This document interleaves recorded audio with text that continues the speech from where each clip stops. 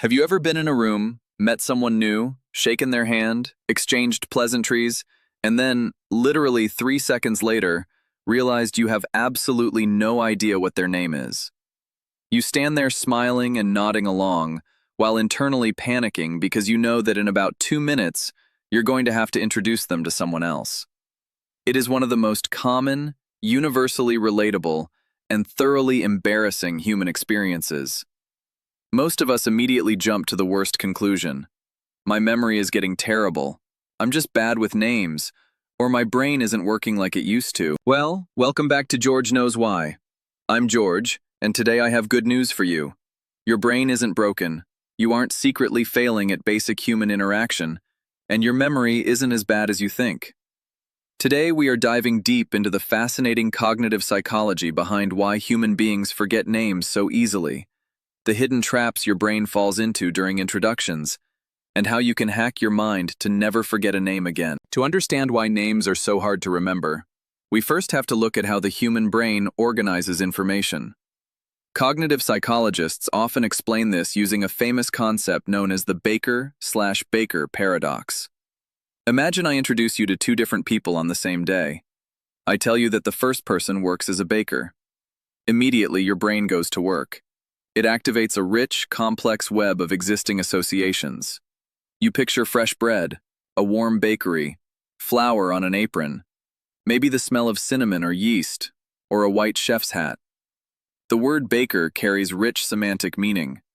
It links directly to a massive network of memories and sensory details already stored in your head. Now, imagine I introduce you to the second person, and I tell you that his last name is Mr. Baker.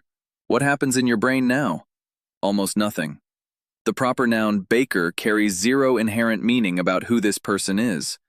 It doesn't tell you what he does, what he looks like, what he values, or how he behaves. It is an arbitrary sequence of sounds attached to a face you've seen for 3 seconds. Because proper names lack intrinsic meaning, your brain treats them as low-priority data. If a piece of information doesn't connect to anything you already know, your neural networks don't create strong synaptic bridges to hold on to it. In short, proper nouns are memory ghosts unless you consciously anchor them. The second major reason you forget names isn't actually a memory problem at all. It's an attention problem. Psychologists call this the next-in-line effect. Think about what is actually happening in your head during a social introduction. You step up to someone, extend your hand, and prepare to speak. In that exact window of time, your brain is under a surprising amount of social pressure. You are thinking, is my handshake too firm? Too soft? Am I making good eye contact? Do I have something in my teeth? What am I going to say as soon as they stop talking? Because your conscious working memory is completely consumed with managing your own behavior and preparing your response, you aren't actually listening when the other person says their name. The sound hits your eardrum, but your auditory cortex fails to transfer that information into short-term storage, let alone long-term memory. You didn't forget their name 5 seconds later. The truth is much simpler. You never actually learned it in the first place.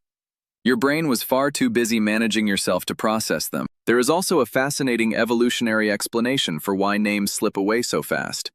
For hundreds of thousands of years, human survival depended heavily on facial recognition.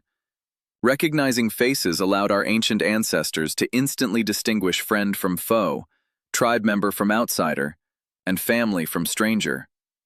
As a result, the human brain evolved dedicated, highly powerful hardware specifically for processing faces, most notably an area called the fusiform face area. Faces are visual, detailed, and emotionally resonant. Our brains are absolute powerhouses at remembering visual patterns.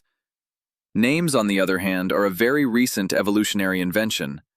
Language and abstract labels are relatively new tools in our evolutionary history. When you meet someone, your brain easily registers their facial features, their height, their expression, and their posture, because those are visual cues hardwired into our survival biology. The abstract verbal label, their name, is tacked on at the very end as a secondary detail. Your brain naturally prioritizes the face over the label every single time. That's why you can walk past someone in a grocery store and think, I know that face from somewhere. Even if you haven't seen them in 10 years, while simultaneously drawing a complete blank on their name. Now that we understand the psychology behind why this happens, how do we fix it? How do you trick your brain into treating names like high-priority data? Here are 3 proven psychological strategies you can start using today. First, the repetition loop. The moment someone says, "Hi, I'm Alex," repeat it back out loud immediately. Say, "Great to meet you, Alex." This does 2 things. It forces your working memory to focus on the sound, and it creates an immediate motor memory from speaking the word yourself. Second, the visual anchor. Beat the baker/baker paradox by creating a conscious mental connection. If you meet someone named Rose, picture a literal rose in her hand. If you meet someone named Mark, picture a giant red check mark on his forehead. It sounds absurd, but the brain remembers vivid, ridiculous imagery far better than plain words. Third, focus outward. Next time you enter a conversation, deliberately quiet your inner monologue. Stop worrying about what you're going to say next or how you look. Shift 100% of your attention to listening.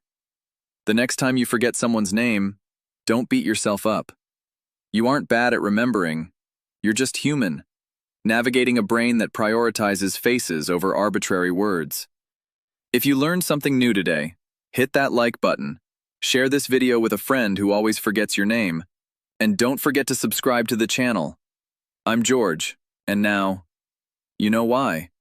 See you in the next video.